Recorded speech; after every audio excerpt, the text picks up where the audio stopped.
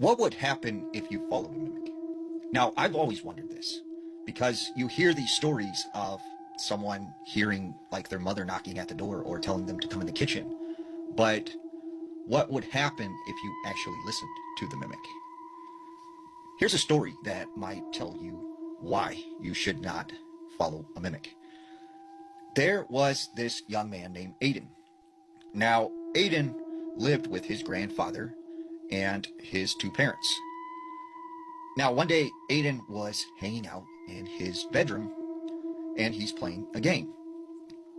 Well, he hears his parents pull in, and he looks out the window and sees them getting out of the car, unloading some groceries into the house. So he's like, awesome, man, we're going to have something to eat. So he goes back to his game, and then he hears his mother say, Aiden, come in the kitchen. I got some food. And he, at this time was in the middle of a battle. So he's like, hold on, Mom, I'll be there shortly. I'm in the middle of a battle. And she goes, come on, Aiden, hurry up. Come in the kitchen. And all of a sudden, he said he got a phone call, and it was from his mom. And he's like, why is she calling me when she's in the kitchen? So he picks it up, and his mom's like, hey, honey, we're at the grocery store. Do you want us to get you anything? And he goes, what do you mean you're at the grocery store? You already got groceries. You're in the kitchen. And she goes, what are you talking about? We just got to the grocery store. And he looks out the window and sees that their car is not there. And then right at this moment, he hears his mom saying, you better get in the kitchen right now or you're going to be in trouble. You better come eat. And he's like, I got to call you back, Mom. He hangs up. So he goes and he locks his door, and then he calls his mom right back and is like, look, when you get home, call me. I'll help you bring in the groceries. So about 25, 30 minutes later, his mom calls him. And she's like, honey, we're home. Come outside. And he said he was getting ready to go out of his room, but he looked out his window first, and their car wasn't there.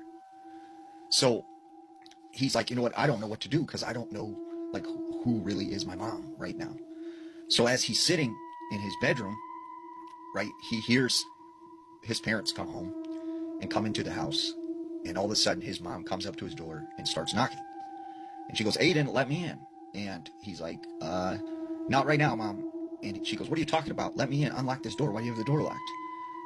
And he's like, no, I'm not opening the door. And his mom goes, all right, I'll just get the key and unlock it.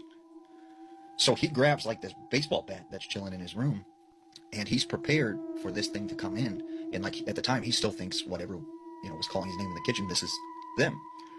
So he sees the handle jiggle and the door open, and it's really his mom. And he can tell that it is actually his real mom. And she goes, what are you doing? And he's like, oh, nothing. And he sets the bat down, and she's like, you're acting weird and stuff. And there's food in the fridge if you're hungry. So he didn't know what to make of that. What did he just experience? And he didn't feel like he could tell his parents about it. So he decided to talk to his grandpa, who was kind of like his best friend at the time. So he goes to his grandpa's room, and he's like, Grandpa, he's like, have you ever seen something you can't explain? And he goes, what do you mean?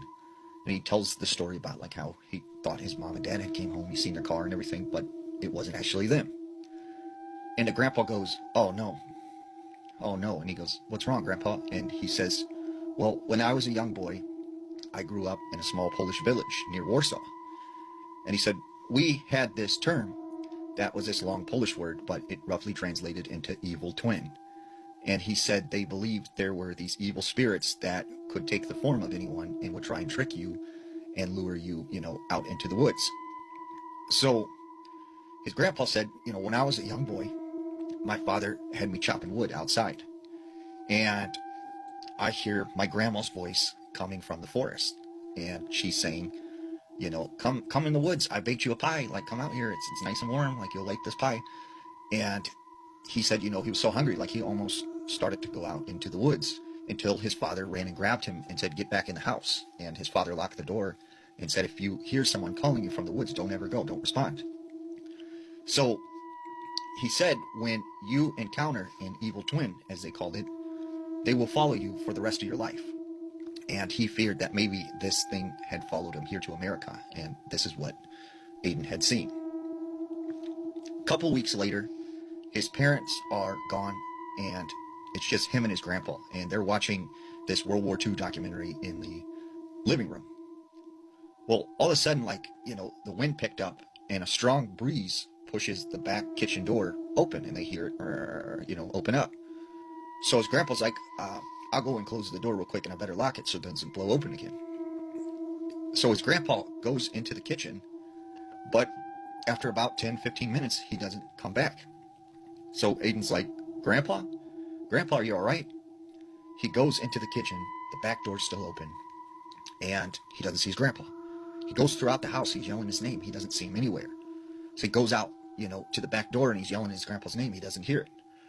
So he calls up his parents, and his parents come home immediately, and they call the police, and they do this big search throughout the neighborhood and into the woods. And they end up finding his grandfather in the middle of the woods. He is completely naked. He is confused and doesn't know who he is, doesn't know anything, doesn't remember anything. So they bring him back home and everything. Well, Aiden said that, they chalked this up to dementia and said he was diagnosed with a severe case of dementia. But Aiden, in his mind, suspected, because of the series of events that happened before this and his grandfather going out to the kitchen when the door opened, that this was the evil twin thing that his grandfather had talked about. And he said, although his grandfather had completely lost his memory, from time to time, he would say to Aiden, is my brother outside? Is my brother out there? And he couldn't figure out why, his grandfather would keep saying that.